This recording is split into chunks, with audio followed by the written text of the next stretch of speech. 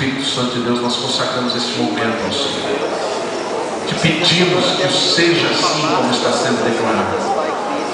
Que o Senhor fale poderosamente através do teu servo. Fala aos nossos corações. Fala ao coração do meu irmão, peça a Deus para que fale em nome de Jesus. Queria que você abrisse comigo em João capítulo 11. Nós pregamos alguns domingos atrás nesse capítulo sobre a maneira de ver os problemas. Mas o Senhor tem falado insistentemente ao meu coração a respeito desse texto. E nessa noite, o tema dessa ministração é Lázaro ressuscitando sonhos. Deus quer ressuscitar sonhos no teu coração. Lázaro significa Deus tem ajudado. E nessa ministração nós vamos encontrar aqui vários personagens, e cada um deles vai ser aplicado de uma maneira de acordo com a nossa realidade, dentro daquilo que eu quero trazer, dentro daquilo que o Espírito de Deus quer trazer nessa noite. E Lázaro, ele vai representar aqui nossos sonhos. E as irmãs de Lázaro, Marta e Maria, as atitudes dela vão representar nossas atitudes diante dos nossos sonhos. E eu quero começar a ler com você em João capítulo 11, a partir do versículo 1. Onde diz assim: estava enfermo um homem chamado Lázaro, de Betânia, aldeia de Maria e de sua irmã Marta. E Maria, cujo irmão Lázaro se achava enfermo, era a mesma que ungiu o Senhor com bálsamo e lhe enxugou os pés com seus cabelos. Mandaram, pois, as irmãs dizer a Jesus: Senhor, eis que está enfermo aquele que tu amas. Jesus, porém, ao ouvir isto, disse: esta enfermidade não é para a morte, mas para a glória de Deus. Quantos lembram dessa palavra quando nós pregamos? Não é para a morte, para a glória de Deus. Então levante a sua mão e diga assim: esta enfermidade, este problema, não é para a morte, mas para a glória de Deus. Amém. Para que o Filho de Deus seja glorificado por ela. Ora, Jesus amava a Marta e a sua irmã e a Lázaro. Quando, pois, ouviu que estava enfermo, ficou ainda 2 dias no lugar onde se achava. Depois disso, disse a seus discípulos: vamos outra vez para a Judeia. Até aí, queridos. Espírito Santo de Deus, eu sei que o Senhor quer comunicar algo nessa noite. E eu clamo para que a atmosfera que já está ungida com os louvores e com as orações, essa atmosfera gere agora corações preparados, terras boas para receber a semente que vai ser plantada, para que essa semente dê frutos em abundância na vida de cada um, em nome de Jesus. Amém? Amém. No versículo 1 nós vamos ver alguns pontos. Em cada ponto nós vamos analisar algumas questões. E o início do texto fala de Lázaro enfermo. E é interessante, irmãos, como eu disse, que Lázaro vai representar aqui os nossos sonhos. Chega um momento na vida de um filho de Deus que parece que os sonhos estão doentes. Parece que os sonhos se apagaram.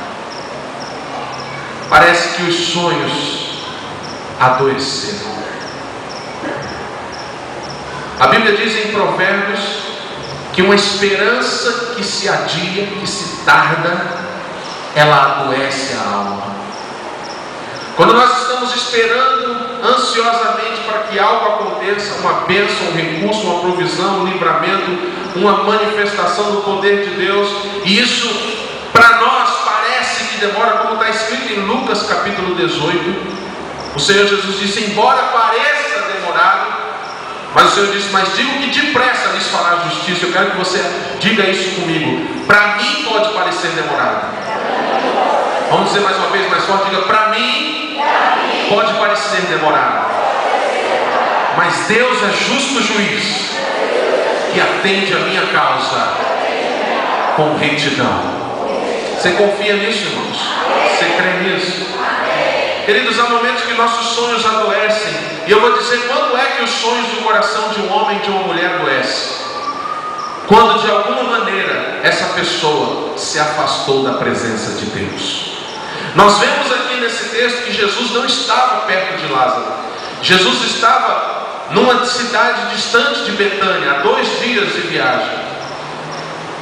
E essa distância física fala de que muitas vezes nós, mesmo estando na casa do Senhor, mesmo estando servindo, trabalhando, quem sabe pintando a igreja como os irmãos fizeram, ou até no louvor, ou quem sabe até pregando a palavra, liderando na célula, muitas vezes nossos olhos saem do foco de Jesus e grudam-se em qualquer outra coisa, qualquer outra distração. Às vezes o próprio ministério é a distração, ou a televisão, ou o corre-corre, o trabalho, e algo começa sorrateiramente a entrar no coração dos filhos de Deus. E a presença de Deus, que um dia, quando você recebeu, entregando sua vida para Jesus, queimou seu coração. Eu quero fazer algo aqui com você. Lembra do dia que o Senhor te encontrou? Quantos lembram? Lembra quando você não conseguiu segurar as lágrimas?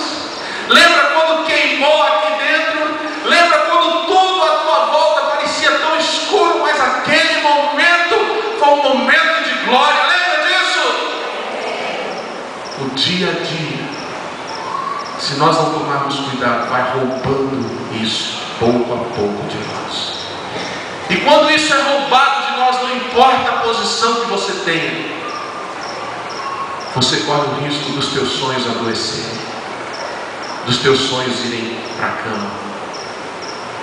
E o pior, irmãos, é que muitos lutam muitas vezes para manter uma aparência de que tudo vai bem, mas no fundo eles sabem o quanto o seu coração se afastou da presença de Deus.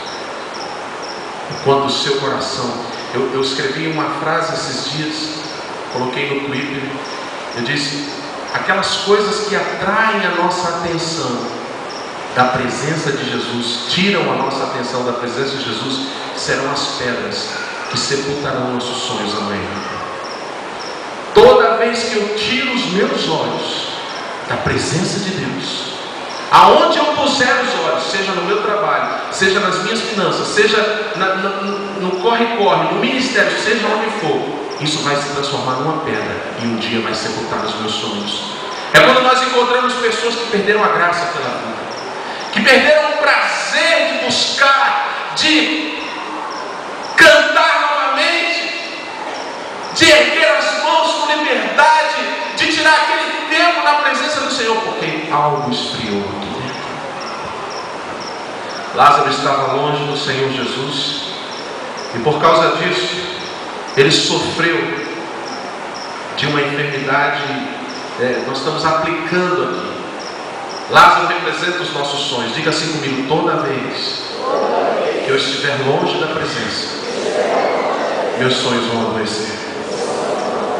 E sabe, tem gente que só percebe que está longe da presença de Deus depois que os seus sonhos já adoeceram faz muito tempo. E eu vou te dizer por que os nossos sonhos adoecem quando nós estamos longe da presença.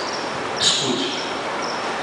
Os sonhos que Deus permite você ter na sua vida. Agora entenda, eu não estou falando de sonhos egoístas, sonhos para o meu bel prazer, sonhos de possuir e adquirir objetos e coisas dessa vida que apenas satisfazem a mim mesmo. Eu estou falando de sonhos que, quando se cumprem na sua vida, sonhos que você tem, que vai abençoar famílias, vai abençoar pessoas, vai abençoar cidades, vai abençoar a igreja, vai abençoar o reino de Deus. Quando esses sonhos estão na nossa vida, esses sonhos que o Senhor permite que a gente tenha uma vislumbrada, eles são um quadro de Deus para mostrar para qual propósito você nasceu. Vou repetir. Os sonhos que Deus permite você ter são apenas um pequeno reflexo que representa o propósito de Deus que trouxe você à existência. Irmãos, eu tenho descoberto que o que nos trouxe à existência foi a vontade de Deus para cumprir um propósito. Você não existe hoje, você não está vivo, e depois que você nasceu, Deus disse: bom, para o William eu vou dar este propósito. Não foi assim. Primeiro Deus criou um plano, e para cumprir este plano, Ele criou você. Salmo 139 diz isso: antes que eu fosse formado no ventre da minha mãe, todos os meus dias foram escritos, e nenhum deles, quando nenhum deles ainda existia. Eu quero que você pegue na mão do seu irmão e diga bem sério para essa pessoa assim: há um propósito na tua vida, e você foi criado para cumprir este propósito. E o grande sonho da tua vida, que Deus colocou no teu coração, é cumprir este propósito. E termine assim: enquanto você não cumprir este propósito, você vai perder a razão de ser, de existir. A alegria da vida não vai estar em você, porque Deus tem um plano para cumprir na tua vida. Em nome de Jesus. Aleluia! Glória a Deus. Ou seja, os propósitos e os sonhos, escute isso. Quantos aqui têm sonhos de Deus ainda para se cumprir na sua vida e na vida de quem você ama? Levante a mão bem alto. Oh, glória. Agora escute. Este sonho que Deus colocou no teu coração, ele vai se cumprir desde que você se apegue a Jesus. Em João capítulo 15 diz assim: sem mim nada podeis fazer. Se você não estiver em Cristo. Agora, eu não estou falando apenas de você: pastor, eu estou em Cristo porque eu estou na igreja, eu estou na célula, eu estou no louvor, eu estou no ministério. Eu vou te dizer uma coisa: cuidado, isso pode ser um engano. Tudo isso é muito bom e é a vontade de Deus que você esteja, mas é possível você estar em tudo isso e o teu coração está uma geleira com o Senhor Jesus. E se o teu coração estiver assim, querido, teus sonhos já estão doentes e você nem percebeu ainda. Porque os teus sonhos são reflexo de como está a tua alma. E a Bíblia diz que como você imagina a sua alma, assim você é. Se a sua alma está doente, melindrosa, cheia de inveja, ciúmes, competições, mentiras, cheia de astúcias e tramas, cheia de comportamentos escusos e vergonhosos, é porque faz tempo que você se afastou da presença de Deus, e o Espírito Santo de Deus está trazendo essa palavra hoje no teu coração. E eu posso ver aqui rostos que faz dias que eu não vejo, e eu estou vendo aqui porque eu sei que foi o Espírito Santo que trouxe você aqui para ouvir essa palavra para o teu coração, porque Ele te trouxe aqui nessa noite para ressuscitar os teus sonhos, para mostrar para você que longe dele nada você pode fazer, e Ele está dizendo: venha, volte. Se você conhece a Bíblia e lê a Bíblia está cheia de palavras evangelísticas para os filhos de Deus. Está cheio de versículos e textos chamando o povo de Deus para voltar para o Senhor. O Evangelho tem que ser pregado lá fora, mas no meio do povo de Deus também. Porque tem muita gente batendo no peito dizendo que é filho de Deus, e o coração já morreu faz tempo. Em segundo lugar, no versículo 2 diz assim: esta Maria, cujo irmão Lázaro estava enfermo, foi a mesma que ungiu com bálsamo o Senhor e enxugou os pés dos seus cabelos. Esse episódio aqui, irmãos, aconteceu, sabe como? Uns dias atrás desse episódio, dessa doença de Lázaro, Jesus estava na casa de um fariseu, um homem importante, e Jesus entrou na casa e ninguém fez nada para Jesus. Esse fariseu que convidou Jesus não lavou os pés, como era costume da época, não beijou Jesus, como era costume receber as pessoas. Mas uma mulher prostituta, essa Maria, pecadora, discriminada, que ninguém dava nada para ela entrou naquele culto, ela entrou naquela casa, e ela fez o que ninguém fez. ela chorou amargamente aos pés de Jesus. Ela lavou os pés com lágrimas, ela enxugou com os cabelos e não parava de beijar Jesus o tempo inteiro. E o segundo princípio que eu quero trazer aqui é que há um registro nos céus de tudo o que você fez, de todo o seu coração, para buscar o Senhor. Cada momento da tua vida que você decidiu desligar a televisão, dizer não para tudo que estava à tua volta e se fechou com o Senhor, como diz Mateus 6,6, quando tu fores orar, entra no teu quarto e fecha a porta. Toda vez em tua vida que você fez isso, foi registrado no céu aquele momento de busca. Um aleluia? Glória a Deus. No versículo 2, nós vemos que a história está em torno de Lázaro, a irmã.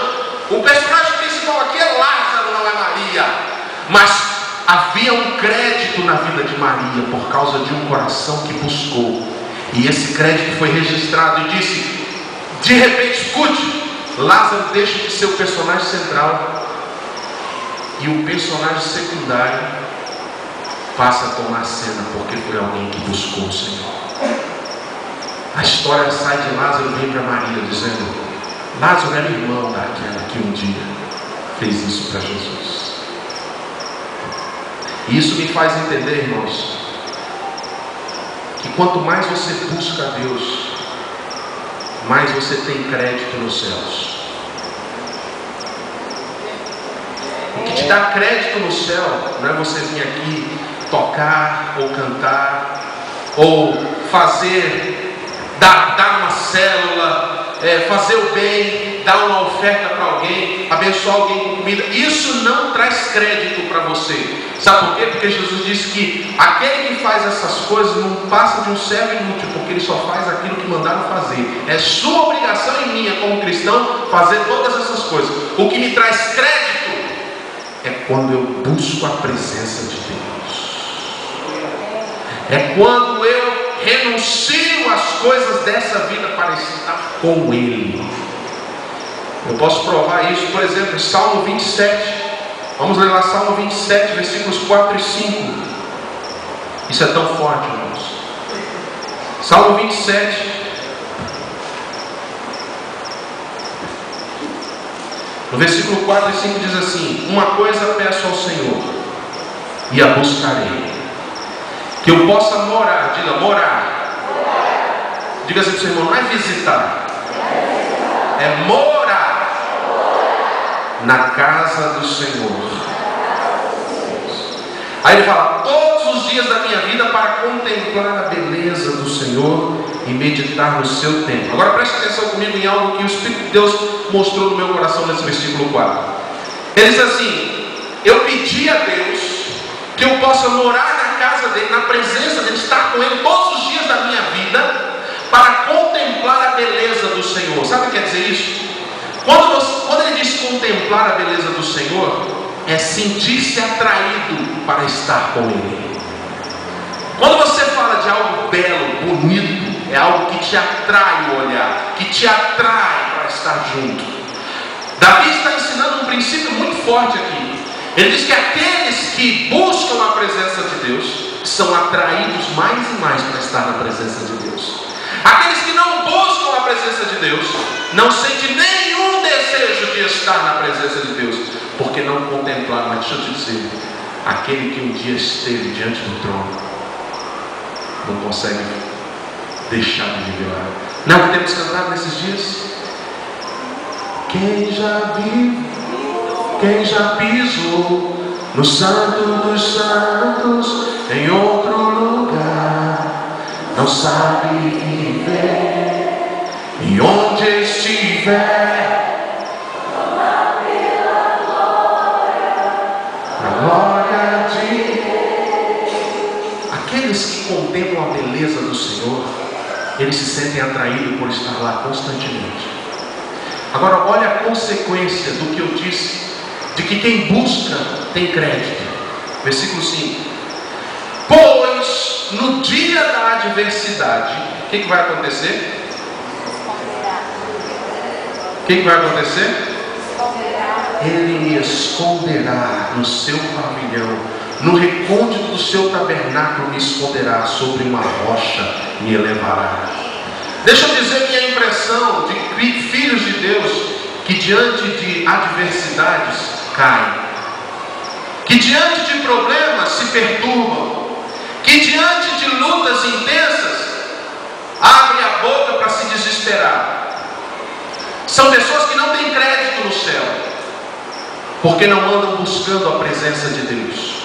Porque quando você anda buscando a presença de Deus e vem a adversidade, o crédito que tem registrado no céu a teu favor faz com que os braços de Deus te escondam da adversidade, e você passa por ela forte, firme. Ainda que se abale, não será destruído, porque você tem crédito pela busca. Por isso que eu não posso, irmãos, entender. Quer dizer, eu entendo filhos de Deus que dizem assim: mas também você não sabe o que eu estou vivendo, eu estou agindo assim por causa disso. Isso é uma pura declaração de carnalidade, de gente que não busca a presença de Deus. Se você justifica as suas atitudes nos problemas que você vive, o teu nível de relacionamento com a presença de Deus é muito superficial, porque alguém que anda na presença de Deus, e isso não é Kellner que está dizendo, isso é a palavra de Deus, aquele que ouve as minhas palavras e as põe em prática, é como alguém que construiu a sua casa sobre a rocha. Vai vir o vento, vai vir a tempestade, vai vir as ondas, mas ela permanecerá firme. Amém?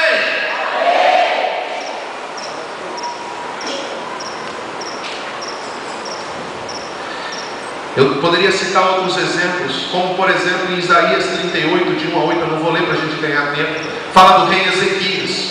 O rei Ezequias foi um homem que andou na presença do Senhor, que foi fiel, que buscou. Com 25 anos de idade ele assumiu o trono de Judá, e a Bíblia diz: no primeiro ano, no primeiro mês, no primeiro dia do seu reinado, ele abriu as portas do templo e dispôs-se a buscar o Senhor. Houve um dia que ele ficou enfermo, e o profeta foi à casa dele dizer assim: olha, prepara a tua casa, arruma a tua casa, porque essa enfermidade é para você morrer. Deus vai te levar. A Bíblia diz que Ezequias virou-se para a parede e chorou, e disse: Deus, lembra-te de como tenho andado na tua presença. E Deus ouviu a oração de Ezequias, e lhes acrescentou mais 15 anos de vida. Crédito no céu.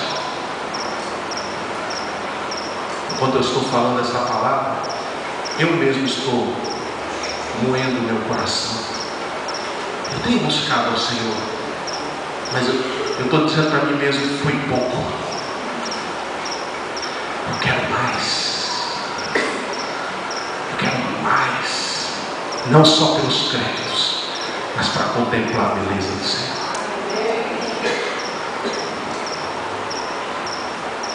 Terceiro ponto aqui: existem alguns sintomas que acompanham sonhos adoecidos. Eu vou dar alguns sintomas de que sonhos na vida de filhos de Deus estão doentes. Quantos querem ouvir os sintomas? Só quero te dar uma instrução: não acotovele ninguém. Está vendo? Não dê manifestações escandalosas, porque senão todo mundo vai perceber que é com você. Haja como se não fosse com você. Brincadeira, receba tudo para você, irmão. Só contenha-se, amém? Quais são os sintomas de sonhos adoecidos? Murmuração, espírito crítico, amargura, desânimo constante. O desânimo pode vir na vida de uma pessoa, mas quando o desânimo se torna constante, isso é sintoma de sonhos doentes na vida de uma pessoa. Amargura. Minha esposa está lendo um livro, terminou, né, amor? O Remanescente. Você já deixou no meu travesseiro, achei que já era para hoje. E nesse livro ele fala da importância. Nesse livro fala do negócio da amargura, não? Liberar a amargura. Nesse livro ele fala um negócio muito importante. Ele diz assim: tem pessoas que sofrem, tem filhos de Deus que sofrem situações onde outros ofendem, e ele sabe que precisa perdoar a pessoa, então ele até perdoa. Não, eu perdoo o terebentino porque ele fez isso comigo, eu perdoo. Mas a pessoa fica sempre remoendo no coração o que o terebentino fez. Ele liberou o abençoado, mas ele fica lembrando: puxa, eu já perdoei, mas que sofrimento que eu passei, que dor, e aquela amargura permanece. E a Bíblia diz em Hebreus: cuidado para que nenhuma raiz de amargura venha contaminá-los. Além de perdoar a pessoa, você precisa liberar a amargura do que você passou. E tem gente que anda debaixo de constante amargura, se fazendo de vítima, porque sofreu isso e sofreu aquilo. Isso é sintoma de sonho adoecido na tua vida. O que eu faço quando eu percebo esses sintomas? Como, por exemplo, o espírito crítico. A pessoa não percebe, mas ela tem uma atitude crítica constantemente. Só o que ela faz é o que presta. O que todo mundo faz não é bom. Já viu alguém assim? Todo mundo quietinho, né? Vocês aprenderam. Ele vê você fazendo alguma coisa, ele já vem e já fala todos os defeitos. Não, mas tá bom. Mas é que falta isso. Espírito crítico é sintoma de sonhos adoecidos. O que fazer para curar? Tem que expor ao Senhor. Olha o que diz o versículo 3. João capítulo 11, versículo 3. Mandaram, pois, as irmãs de Lázaro, disse ele a Jesus: o Senhor está enfermo, aquele é quem amas. Se você percebe que teus sonhos estão doentes, você precisa correr para Jesus, para dizer para Ele que os seus sonhos estão doentes. E eu quero fazer algo com você neste momento. 1 minuto. Eu quero que você feche os seus olhos agora. Eu quero toda a reverência possível, só andando quem precisa, porque isso é para o teu bem. É a palavra de Deus sendo ministrada, plantada, semeada para trazer vida no teu coração. Sabe, irmãos, o Senhor está esperando que você vá até Ele. Eu quero mostrar isso para você no versículo 30, Maria. João 11:30. Jesus agora está voltando da cidade para onde ele foi.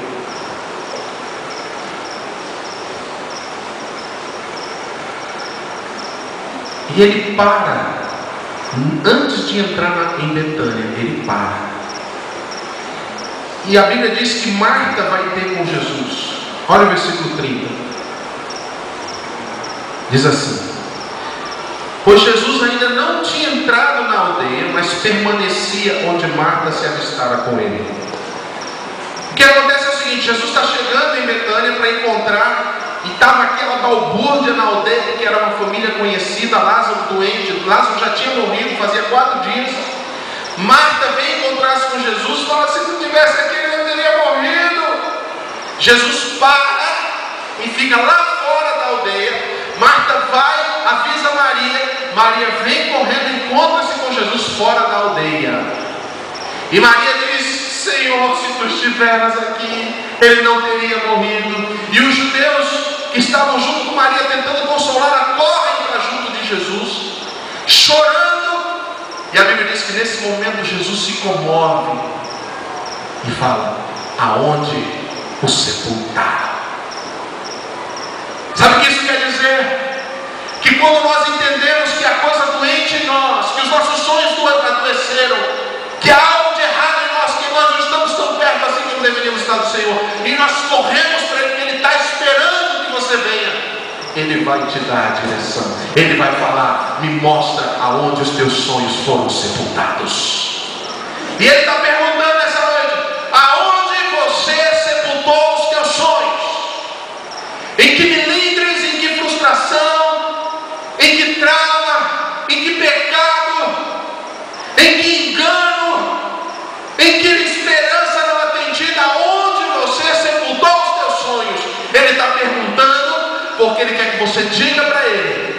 vai até onde você sepultou e vai tirar aquela pedra de lá. Quem está entendendo? Em quarto lugar, Deus vai dar a direção profética. Olha o que diz o versículo 4. Ao receber a notícia, disse Jesus: esta enfermidade não é para a morte, sim para a glória. Há poucos instantes, você apresentou para Deus que sonhos morreram na sua vida.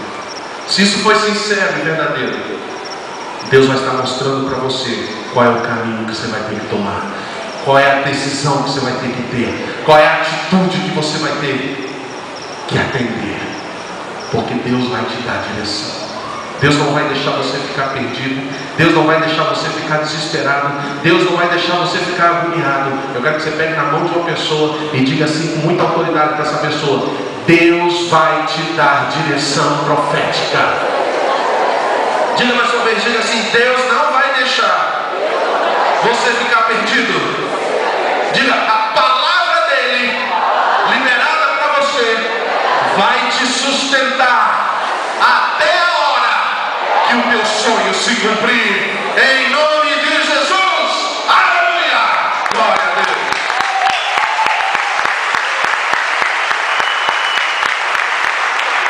É interessante porque a notícia chegou até Jesus. Olha, Lázaro, aquele que tu ama, está muito enfermo. A Bíblia diz que Jesus demorou mais 2 dias lá, depois que recebeu a notícia. Quando Jesus chegou em Betânia, já fazia 4 dias que Lázaro estava morto. Acompanhe meu raciocínio. Pelo menos Marta e Maria esperaram 6 dias pela intervenção de Jesus, por um milagre, pela recuperação do seu irmão. Nós estamos falando não de uma gripe, ou de uma febre, ou de um mal-estar. Nós estamos falando de um homem agoniado no leite à beira da morte. Espero que você nunca passe por isso. Mas quem já teve a desgraça de passar por um momento como esse sabe o que é isso. Não sei se a Maria e o Hélio estão aqui hoje, mas um dia eu passei uma experiência que marcou meu ministério. Quando eu fui visitar o Hélio na UTI, e ele estava estático, fazia horas. Eu fiz uma oração por ele. Ele começou a tremer lá. Eu falei: meu Deus, minha oração vai matar esse homem. Ele começou a mexer, a máquina começou a apitar. Eu falei: Deus, faz algo. Eu passei 5 minutos dentro daquela UTI. Eu fiquei apavorado. Marcou meu ministério. Marta e Maria ficaram 6 dias com o homem agonizando na cama até ele morrer. Mas sabe, ninguém mandou de novo avisar Jesus. Marta e Maria não mandaram que alguém fosse no rolo. Fala lá para o mestre. Piorou. Ele está mais grave a situação. Sabe por quê? Porque a palavra profética liberada pelo Senhor Jesus, na primeira vez que ele recebeu a notícia, sustentou a fé delas até a hora delas verem o milagre. Ele disse: não é para a morte, é para a glória. Essa palavra sustentou. Eu quero dizer uma palavra de Deus para o teu coração. Levante sua mão se você crê que é uma palavra de Deus para a tua vida. Eu quero liberar uma palavra de Deus se você está trazendo teus sonhos adoecidos à presença de Deus. Deus está dizendo para você: eu vou ressuscitar os teus sonhos e a tua vida vai ser para minha glória. Vai te sustentar em toda tormenta, em todo desafio, em todo deserto que você tiver que atravessar. Essa palavra vai te dar força em nome de Jesus. Amém? Outro aspecto. Versículo 5 diz assim: Jesus amava a Marta e a sua irmã. Escute.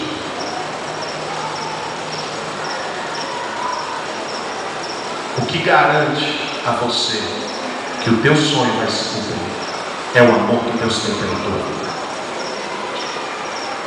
Deus te ama tanto, tanto, tanto. O plano dele não pode ser frustrado. E por causa deste amor, não é porque você fez o que era bom ou o que era errado. Independe do que que você fez no passado depende do amor de Deus. E o amor de Deus garante o cumprimento e a ressurreição deste sonho. Fala, glória a Deus, pelo amor de Deus, glória. Isso está escrito lá em Isaías capítulo 48. Quando a palavra de Deus diz assim, olha só, eu vou ler esse texto. Isaías 48, de 8 a 11, diz assim: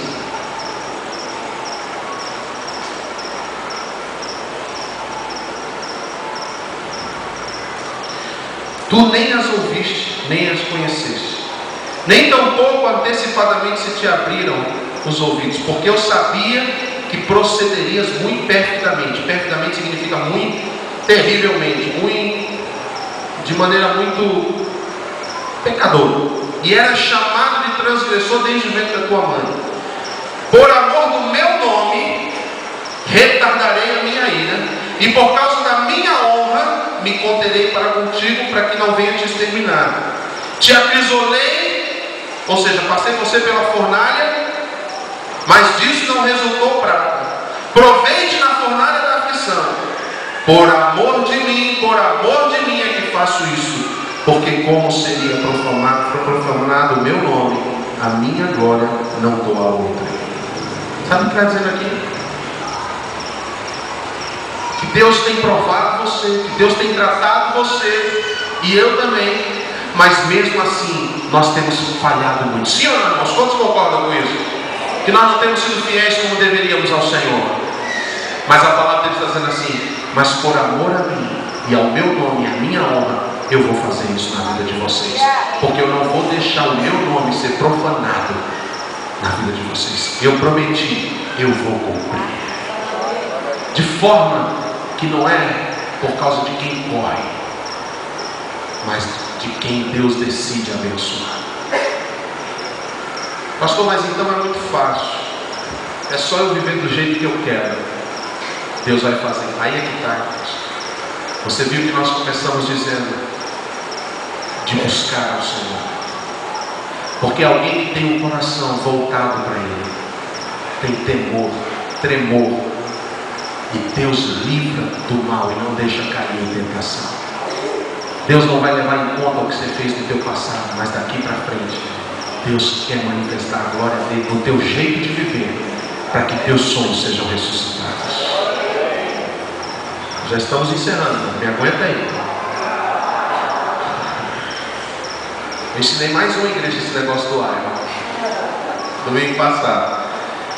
Deus tem seus caminhos, versículo 6 diz assim: quando pois soube que Lázaro estava doente, ainda se demorou 2 dias no lugar onde estava. Irmãos, esse negócio aqui é terrível.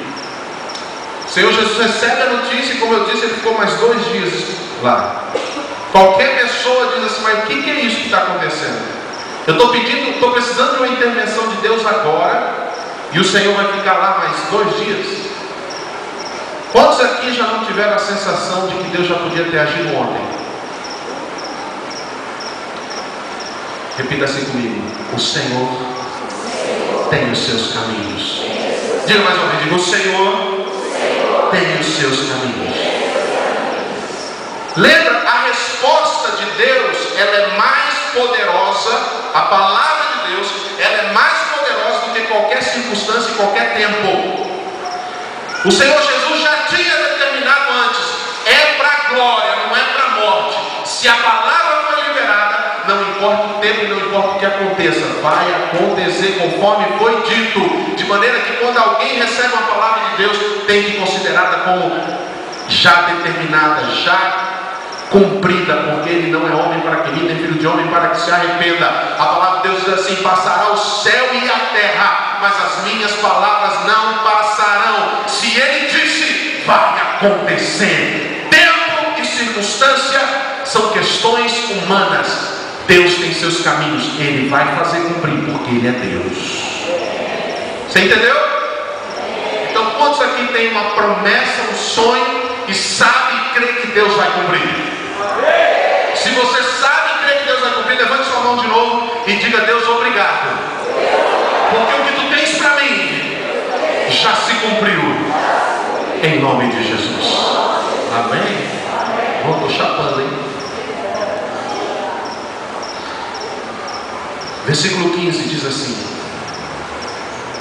e por vossa causa me alegro de que lá não estivesse, para que possais crer. Eu acho fantástico isso aqui, essa declaração de Jesus. Jesus olha para os discípulos e diz assim: ainda bem que vocês não estavam lá em Betânia quando Lázaro ficou doente, porque se vocês estivessem lá, vocês não iam crer no que eu vou fazer. Ainda bem que vocês estão aqui comigo, para que vocês possam crer. Agora entenda a chave do que o Senhor Jesus está ensinando aqui.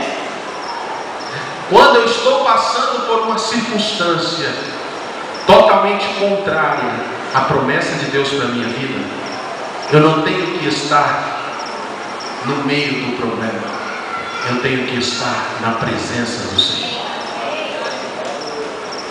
Quando eu estou passando uma aflição na minha vida e eu tenho uma promessa de Deus, essa aflição tem que estar nas minhas emoções, embaixo dos meus pés. Eu tenho que estar perto do Senhor. Foi por isso que Jesus disse: eu me alegro de que vocês não estavam lá, porque senão vocês não iam crer. A chave e o segredo para que eu possa passar pelo deserto, para poder alcançar minha promessa, é estar com o Senhor o tempo inteiro. Se vem a tribulação, eu estou com o Senhor. Se vem a falta de recursos, eu estou com o Senhor. Se vem as críticas, eu estou com o Senhor. Se vem as tribulações, eu estou com o Senhor. Se vem as provas, eu estou com o Senhor. Na enfermidade, eu estou com o Senhor. Na dificuldade, eu estou com o Senhor. No grande problema, eu estou na presença do Senhor. E quando eu estou na presença dEle, não vai faltar fé para ver o milagre acontecer. Meu sonho vai ressuscitar. Diga isso para o seu irmão, diga: o seu sonho vai ressuscitar. O versículo 16, Tomé fala assim: ah, beleza, ótimo, agora Jesus, o Senhor, vai voltar para Jerusalém. Beleza, porque no capítulo 10, 2 vezes tentaram matar Jesus. Aí Tomé fala: então beleza, vamos lá para morrer com Jesus então. Cínico, crítico. Quando você tem um sonho de Deus, não vão faltar cínicos, críticos para falar abobrinha perto de você.